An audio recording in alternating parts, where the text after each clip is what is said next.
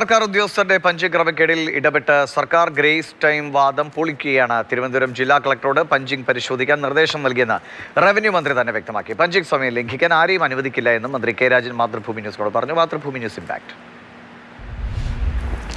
Revenue മന്ത്രി K Rajan Mathrubhumi news ഇപ്പോൾ ചേരുകയാണ്. മാതൃഭൂമി ന്യൂസ് കഴിഞ്ഞ ദിവസം പുറത്തുവിട്ടൊരു വാർത്ത, പലരും ഓഫീസിൽ പഞ്ച് ചെയ്യേണ്ടത് താഴെ റോഡിൽ വെച്ച് പഞ്ച് ചെയ്യുന്നു, ബസ്സിൽ വെച്ച് പഞ്ച് ചെയ്യുന്നു. ഇതൊക്കെ സർക്കാർ അനുകൂലിക്കുന്നുണ്ടോ? ഒരു കാരണവശാലും ഇല്ല. ഓഫീസ് ടൈം കൃത്യമായി പാലിച്ച് തന്നെ പോകണം. കാത്തു സൂക്ഷിക്കേണ്ടതും ഇരിക്കേണ്ടതുമായ സമയം ജോലി ചെയ്തേ മതിയാകൂ. ഈ കാര്യങ്ങൾ ഞങ്ങളുടെ ശ്രദ്ധയിൽ അങ്ങനെ പെട്ടിട്ടില്ല. ഇന്നലെ മാതൃഭൂമിയുടെ ബന്ധപ്പെട്ട ആളുകൾ ഞങ്ങളുടെ ശ്രദ്ധയിൽ അക്കാര്യം പെടുത്തി.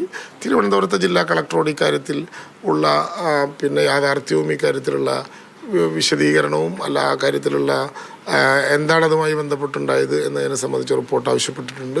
ഗ്രേസ് ടൈം, അതായത് ഇവർക്കൊരു ഇളവ് സമയം എന്നുള്ളത്, അങ്ങനെ ഒരു ആനുകൂല്യം നമുക്കുണ്ട് എന്നത് വൈകി എത്തുന്നതിനൊരു കാരണമാണ്. അല്ലല്ല, അതൊരു ലീവ് സറണ്ടർ പോലെയുള്ള ആനുകൂല്യമല്ല, അതൊരു മാനുഷിക നീതിയാണ്. ഗ്രേസ് ടൈം എന്ന ആനുകൂല്യം ഒരു അവകാശമായി കണ്ട് അത് മിസ്യൂസ് ചെയ്യപ്പെടുന്നുണ്ട്. അല്ല, ഗ്രേസ് ടൈമിൽ ഒരു ആനുകൂല്യമുണ്ട്. അതുകൊണ്ട് ഇനി മുതൽ ഗ്രേസ് ടൈം പൂർണ്ണമായിട്ട് എല്ലാ മാസവും ഉപയോഗിക്കുക എന്ന വിധത്തിലുള്ള ഒരു ആനുകൂല്യവും ആർക്കും അനുവദിക്കാൻ കഴിയില്ല. Camera Jayachandran, Prashanth Krishna, Mathrubhumi news, Thiruvananthapuram.